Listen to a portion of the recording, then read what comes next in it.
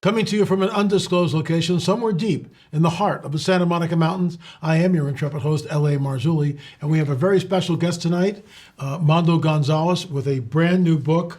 I think you'll find this interesting, but first, a word from our trusted sponsor. Folks, L.A. Marzulli, we have a new product from the folks at BioTrust. I'm going to give this baby a try. Look, I've got stubborn belly fat. A lot of you out there have the same problem. Support balanced glucose uptake and metabolism in healthy individuals. This is pretty cool. Support normal insulin activity in healthy individuals. I have not yet tried this. I'm getting on it. I will report back to you. We try all the stuff that our sponsors give us. Look, I'll be honest with you. I've got some stubborn belly fat. I would love to see it go away. So I'm going to give this a shot. Anyway, here's a further word from our sponsor. Excess belly fat has been deemed the most dangerous fat of them all, as it's linked to so many health issues. The reason being, excess belly fat grows deep in the abdominal cavity and puts pressure on some of the body's most vital organs. That's one of the reasons why myself, along with so many people, are beginning to turn to this amazing new substance, which is thoughtfully formulated with science-backed ingredients that promote reduced fat storage, help to speed up the breakdown of fat, support weight management, reduce cravings, and boost metabolism. Folks, the best part I love is that you can get 51% off for the rest of the month, or until they sell out, whichever comes first. Get yours now by going to trimwithla.com. Once again, that's trimwithla.com. Trimwithla.com. I'm going to give this 30 days. I'll report back to you, and we'll see what it does. So, Mondo, thanks so much for joining us. You are the co-host of Prophecy Watchers. You and I have been, we were into Israel together, but we've also been to Peru numerous times. It was your expertise as an archaeologist which enabled us to secure the proper permitting that we needed to take the DNA samples out of Peru. But now you've done some research and you've created this book, The Red Heifer Ritual. And so we know that the Jewish temple was destroyed in AD 70 when Titus and the crew came down, all the Romans, and they obliterated it, basically fulfilling Jesus' words, 40 years earlier, somewhere in that time frame, that not one stone will be left upon another, and which is just an unbelievable statement. So now a span of time has gone by. The Jews want to rebuild their temple. Pick it up from there. Yeah, what we see with the Jewish people is this longing to build a temple, but also after AD 70, again, there's the Jews really the Jewish religion. And the Jews were scattered around the world. This is really important because when we come to the pages of the New Testament, we see Sadducees, we see Pharisees, we see Herodians, Zealots, even from the Dead Sea Scrolls, we know about another group, even from Josephus, called the Essenes. Yep. So it was very multifaceted, Judaism. But after AD 70, the temple's destroyed. Well, that kind of gets rid of the Sadducees because they were mostly the priests. The Essenes got obliterated by the Romans a couple of years later out in the desert. The Zealots, of course, were destroyed. So all you had left was the Pharisees, and they began a movement which later became what we know as Rabbinic Judaism. And the reason why that's important is because today, and really throughout the 1900 years, you have a couple other splinter groups, but for the most part, the rabbis are the ones that control the narrative. And for them, their narrative in rebuilding the temple, they began to take some of the writings that are the oral traditions that we read about in the Gospels, Matthew 15 as an example, and they write them down. One of the first writings was called the Mishnah. And then the second one that came was about 200 AD. The next one that came later was the Talmud. You have a Palestinian version and you have a Babylonian version, about 500 AD. All I'm saying is that you have all these writings that are the rabbis, and this is what they think. And the reason why that's important is because today, as they're thinking about building a new temple, they've long time, they have all these prescriptions that are written down in these writings, these non-biblical writings, and they're going to weigh in on all the requirements needed. And so the red heifer does appear in the Bible, Numbers 19, but there's all these other requirements that are written down in the Mishnah. They actually have a specific chapter all about the red heifer. It's kind of neat. So my goal was, hey, not everybody has access or the interest in chasing down all these rabbinic writings. So let me grab some of those and bring it all together and to show prophetically what we're watching today. Again, very interesting. As people know, 5 red heifers, 5 red cows were delivered to Israel September 15th of 2022. Wow. And we're in prophetic times. Why is it so important to get this red heifer? And I know the Jews have been trying for decades since they, took Jerusalem. They want to rebuild the temple. So I remember you and I were talking fairly recently, a couple of days ago, that this triggered, or the idea. Oh, there it goes again. It's unbelievable. That's awesome. Yeah, it's just, folks, I have no idea why this is happening, but something is set. Anyway, I digress. So you mentioned that the fact that the Jews now have 5 red heifers in Jerusalem, that they might be getting ready to slaughter one and take the ashes and then do what with the ashes? So in other words, most people don't know what the ritual of the red heifer entails. So in order for the priest to come up into the temple mount, they need to purify themselves. So explain that, please. Yeah, I mean, this is why I wasn't just looking to write a book, but I thought this is becoming prophetically significant because 5 cows showing up. They're actually all located in Shiloh, which is north of Jerusalem. At the location, they built a visitor center there, and you can't really go up and pet them or anything, but they're there to be visited if you wanted to. But this is important because these things are converging. The subtitle of the book was the last piece of the third temple puzzle, because we can get into all that later in the sense of all the other things they've done. But in the Bible, you had God telling Moses, I want you to have a red cow brought from the people, and I want you to slaughter it, sprinkle some blood outside of the camp. This was not done on the altar. That's why this is important. And even in the Mishnah and the Talmud, it speaks about it being offered in the first century in the time of Jesus on the Mount of Olives. So that's very, very important. Not on the Temple Mount itself. So once they did that, this was very unusual. They would take this cow, they would slaughter it outside of the camp, and then after the blood, they would burn it. They would take some wood, they'd build a pyre, and they would burn the whole thing till all that was left was the ashes. And then they would take the ashes, they would mix it with water, and then from this point forward, when someone was unclean, whether it's through a woman with her menstrual cycle or somebody being with a dead relative, if they died, you become unclean. All you had to do was go to the priest. The priest would sprinkle you with some of this water, and you would become ritually clean, which would allow you to go in to do your yearly or annual, weekly sacrifice if you wanted. So it's about ritual cleanliness, which we don't think about it as Christians. No, we don't. For the rabbis, they still think this way. That's why they go into a mikvah. They go in and they'll wash themselves in these daily rituals. So, but the red heifer then, not only will it clean the priests, but they can also go up on the Temple Mount, which has been, of course, completely declared ritually unclean by all the Gentiles and the Islamic presence up there, and even Jewish presence. They can go up there and sprinkle around and cleanse it all, and then begin to build the temple. So this is what they've been waiting for. They have everything else. They have garments, priests, they have utensils, they have the menorah, the table of showbread. We saw that when we were in Israel. Yeah, we saw that together. So I said, we saw that. And so I described all that in the book against about what everything they have. But why was the red heifer important, given the background? But also, the other thing that is, as Christians, what should we think? Again, the fact that we're talking about this, LA, doesn't mean that we're endorsing this. We're just saying this is what the prophetic narrative is saying is going to happen. And so another thing is it gives a tremendous witnessing opportunity so that the average Christian might go, I don't know anything about the red heifer. Well, that's why, again, I wrote this so that people can become educated so that when that ceremony happens, it's going to be big news. It will be. And people are going to go, well, why should I care about this? Well, there is a very good reason why. And that reason has to do with the rebuilding of the temple.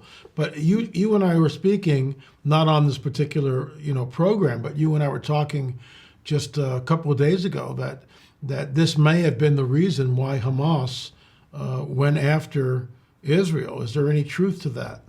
there's a report that's come out, and it's not speculation. The one of the leaders of Hamas gave a public presentation or a defense, and he said very clearly, he referenced the red cows that had arrived in September of 2022. And even at the time, there were some riots, very small, certainly, but there were some riots that had happened once the cows showed up. Because again, what it does is it publicizes to the world that you have a group within Israel that is seeking to change the status quo of the Temple Mount and to gain access to the area. And so in order to do that, they need to fulfill these other requirements. So, the ashes of the red heifer, I mean, they could last for centuries. So it doesn't really matter. In fact, in the book, I described a guy, a professor in Israel, who did a rehearsal. He went out and burned a cow. It was an aged cow, but he's like, let me burn it and see. Well, it ended up producing like 150 kilograms of ashes, which when mixed with water at a certain ratio would actually produce enough mixture for 600 billion sprinklings. Seriously? Wow. So that would include people, areas, everything else. So again, one cow can last a long time. Yeah, no kidding. But right. What we see with Hamas is they see these things happening, and of course they're always inflammatory. So anything they can do to inflame the emotions and bring things up for people. So they use this as an opportunity before to try to inflame some emotions and get some riots. But saying, hey, the Jews are trying to take over the Temple Mount. They're going to destroy the Al-Aqsa Mosque, which never has been part of the equation. But just last week, in this report, Hamas is on the fence, but they said it was because of the red cows. So they very clearly are watching, and they saw them show up, and they know there's this movement. And biblically, we know it is going to happen. Yeah, biblically we know from prophecy that the temple has to be rebuilt because the Antichrist declares himself God inside the temple. So, we can, the preterist people who believe all this happened, in AD 70 before that, I mean, good luck, because the Jews have been regathered for the first time in history, and they're established in their ancient homeland. And I think what we're looking at, and I sent you a picture, this has nothing to do with your book, but there's Putin, Khomeini, and Erdogan all on the platform together. That might be a first. I don't know when the last time those three guys got together. That is, we're not saying it's Ezekiel 38, but those are the top three players in Ezekiel 38, and they're on the platform together. Interesting. So things are heating up. When do you think, especially now with the tumult that's going on over there, if they do have a red heifer, I mean, that would be inflammatory, yes? Well, I've done many interviews with people that are behind the scenes or in Ground Zero, and one of them is Byron Stinson, who is part of the Boneh Israel group that was responsible for bringing in and finding the cows. And when I talked to him and interviewed him, he said, this was probably back in October, November, that they still have every intention of doing a ceremony on the Mount of Olives. They have property there, which is interesting, and I've been to those the property, and again I showed in the book, but where he said, oh yeah, Passover 2024, which is wow, basically April, and wow. but now they've kind of switched over to be saying from Passover to Shavuot, which is the Feast of Weeks. So basically from April to June, that season. And I said, well, I asked him, I said, hey, Byron, let's just be honest here. If they're making a public announcement, hey, everybody, we want to invite everybody to the ceremony, wouldn't that just be publicizing and inviting an Arab riot to come and interrupt? Absolutely. And he said, well, we plan on having security and other things. But for me, I don't think that's reasonable. I don't think it's even possible, because what I see happening, and I'm not a prophet, just more of a logical guess, is that they're going to realize, based on, again, what we just saw, Hamas saying they are watching the cows, and it caused this big murdering spree. That most likely they'll record it, but they'll do it quietly. And then they're going to come later and say, "Hey, everybody! By the way, 2 weeks ago, Right. we had the ceremony. Here's the video. Here's the ashes." But you got to remember too that the Mount of Olives is east.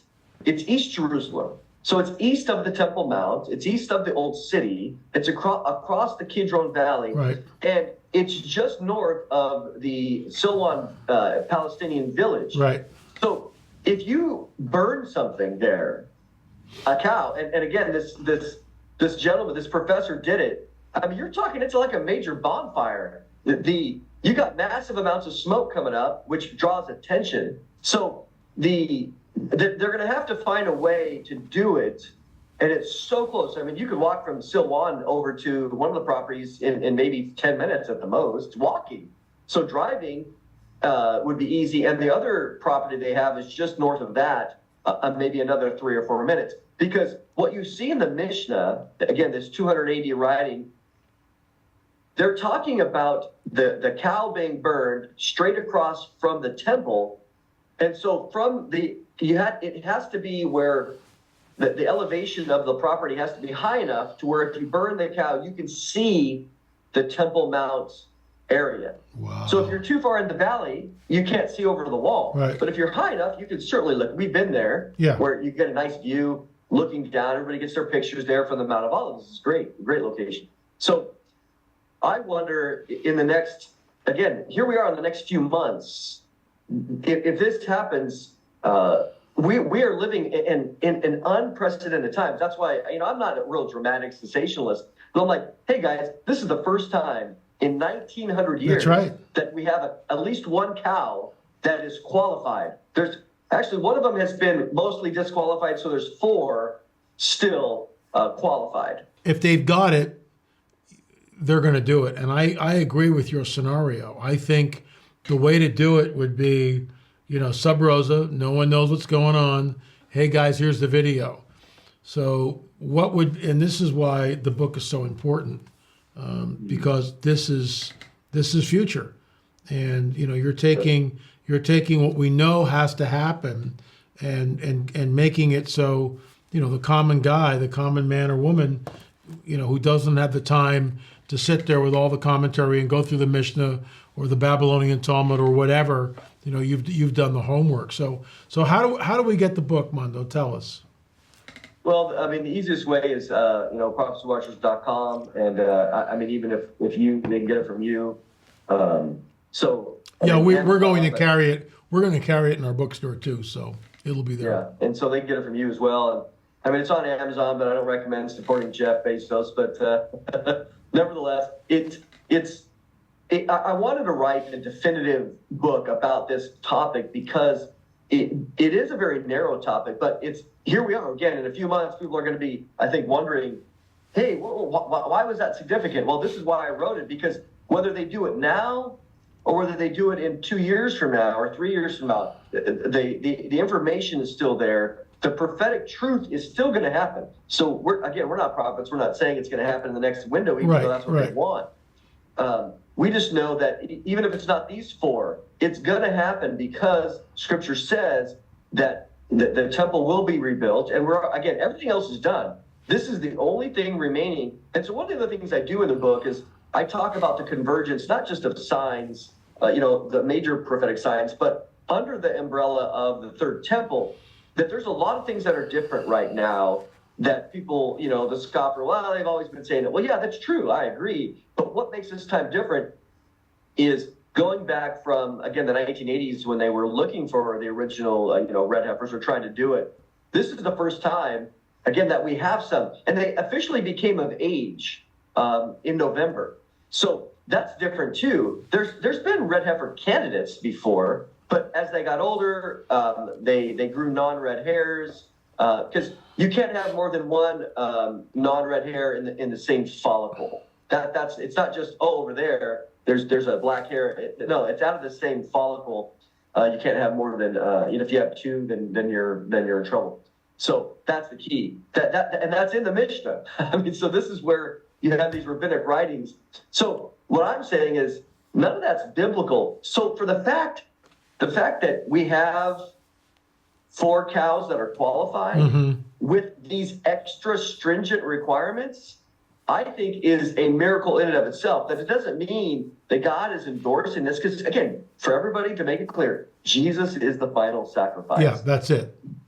God is not going to accept this as a way to him. There's no other way except through Jesus. But he has declared that it's going to happen, because it's part of the process of winning the Jews back to the Lord and through the Lord Jesus, because we know that this is all part of the process, as God often does. People are like, oh, so you want to do it your way? Okay, well, God actually has the Dr. Phil moment. Well, let's see how that works out for you. And they're going to make an agreement with the Antichrist. He's going to give them authority to build the temple, and it's part of the covenant. And he's going to betray them. They're going to trust him, and he's going to betray them, and then he's going to seek to kill them all. And God's going to say, are you listening? And so God is, I think, allowing in his providence all these miraculous things to happen, because he knows that the Jews, according to his words, are stubborn. They're going to do their own thing. They're going to say, no, we want to go back to Moses. And it's the same conversation, LA, that they had with Jesus in John 5, 6, 7, and 8. Jesus said in John 5, oh, you claim to follow Moses? Well, if you did, you would follow me because he wrote about me. Right. It's the same conversation that the modern day Jews are going to have, just like they rejected Jesus in the first century. And you know my opinion on this, that I think that the apostasy spoken of in 2 Thessalonians 2 is the apostasy of the Jews that do a fresh repudiation of the work of Jesus in embracing a false Messiah and reject Jesus as Messiah. It's this generation is doing it again, and they've done it for since the first one. But this is going to be an official, fresh repudiation and embracing this guy who's going to be like, well, I mean, look what Jesus never did anything for us, but look what this guy did. What I find interesting is, they will look on him whom they have pierced and mourn for him as an only son. So even though all this stuff, and it's always, I kind of make fun of it, it's the time of Jacob's trouble, the 7-year tribulation. It's not the time of Fred's trouble. It's not. Fred has nothing to do with it. I use Fred because it's a Gentile name. So it's not the time of Fred's trouble, it's the time of Jacob's trouble. And what I find amazing, and I'll give you the last word after the statement, is that all this stuff is happening over there in the Middle East. It's not, and we're not date setters. We're not looking at this saying it's Psalm 83, Isaiah 17, Ezekiel 38, 39. We're watching very carefully. We're watching the events unfold. And it's still too early to tell what we're really looking at. But we're now well over 105 days or something like that. Oh, yeah. Yeah. And it's and no end in sight. And as of this broadcast, the Russians started patrolling the Golan-Syrian border again. Now and here we are. And Russia's trading with Iran. And then there's that picture which I showed you of, the three principal players of Ezekiel 38, 39, all on the platform together. So, we're not saying that, okay, Ezekiel 38, 39, but it could be. We're not dismissing it either, because we're watching very carefully what's going on. And this is why it's so incredible that the red heifers are sitting there. So if Ezekiel 38 and 39 does happen in conjunction with the red heifer sacrifice, the temple, the rebuilding of a temple can't be too far away. So I find it very poignant. I'll give you the last word. Yeah, I think it's what we saw recently with Hamas stating, directly that they use this as an excuse because of the 5 red cows arriving. It tells us that they're watching. It also tells us that the average human wisdom that you hear people object is there's no way that the Muslims will ever let the Jews build a temple. If this is what they're doing just from some cows, the cows were $100,000 each. Wow. Plus $250,000 to bring them over. So they're very expensive, okay? So they are not going to spend that kind of money just to let them not be used. And again, all they need is one. But the fact of the matter is, what we're watching politically and even religiously is that this is never going to go away. The conflict, even with Hamas destroyed in the Gaza Strip, you still have all of the West Bank, you have Palestinian Authority. That's not going away. And what I see too is this is why it's leading up to when will the Jews ever have the freedom? That's really the key, the freedom to build a temple without any resistance. I don't think that's ever going to happen. Now, I think they can slaughter the heifer and do that ceremony, and hopefully they get away with it by nobody watching. But the status quo of the Temple Mount, I mean, that is a worldwide phenomenon that's going to involve worldwide players. Before this latest thing, I mean, we know from that Saudi Arabia and the Abrahamic Accords, you had others that were offering to take administrative control away from the Jordanians of the Temple Mount area.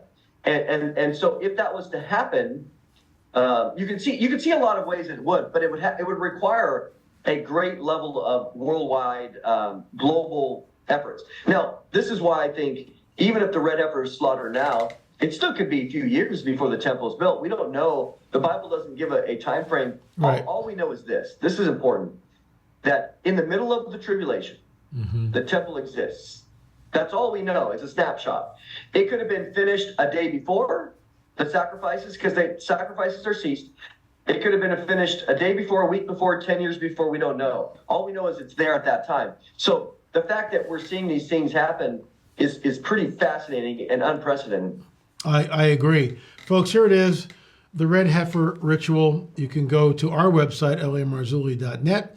You can order it there, or you can go to prophecywatchers.com and order it there. Mondo, thanks so much for coming on the record. Always great to see you, and we'll be talking again soon. Thank you. Folks, thanks so much for watching. Hit the subscribe button. We'll be back again. And don't forget, I will be in Texas this coming weekend. I'll be at the conference down in Lubbock, Texas. So check it out. Go to our website, lamarzulli.net. I'll be speaking Friday night and all day Saturday with lots of Q&A. So hope to see you there. Thanks so much for watching. Hey folks, L.A. Marzulli here. I will be in Lubbock, Texas at the Lubbock Fellowship. You can go to our website, www.lamarzulli.net, and check out all the particulars. I'll be speaking on Friday night from about 6 o'clock to 9 o'clock with a Q&A after that. Saturday morning, Saturday afternoon with another Q&A. So Sunday we're not sure about yet. We'll see what happens with that, but I hope to see you there. The whole UFO phenomenon is burgeoning, and I'll be talking about that. Specifically, David Grush, the whistleblower, who stated on the record that these entities are interdimensional, not extraterrestrial. What are we looking at? Anyway, I hope to see you at the Lubbock Conference once again this coming Friday.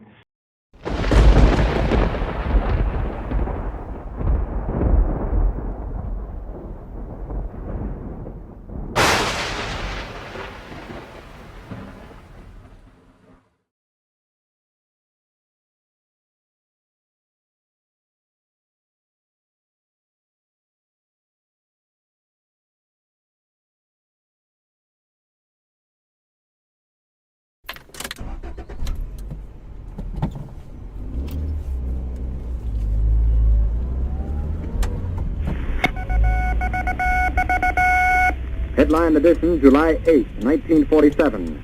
The Army Air Forces has announced that a flying disc has been found and is now in the possession of the Army.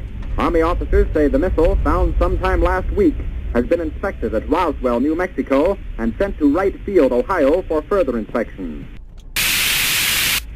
Late this afternoon, a bulletin from New Mexico suggested that the widely publicized mystery of the flying saucers may soon be solved.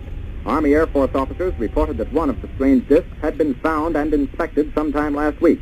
Our correspondents in Los Angeles and Chicago have been in contact with Army officials endeavoring to obtain all possible late information. Joe Wilson reports to us now from Chicago. The Army may be getting to the bottom of all this talk about the so-called flying saucer. As a matter of fact, the 509th Atomic Bomb Group headquarters at Roswell, New Mexico, reports that it has received one of the discs which landed on a ranch outside Roswell. The disc landed at a ranch at Corona, New Mexico, and the rancher turned it over to the Air Force. Rancher W.W. Brazell was the man who discovered the saucer. Colonel William Blanchard of the Roswell Air Base refuses to give details of what the flying disc looks like.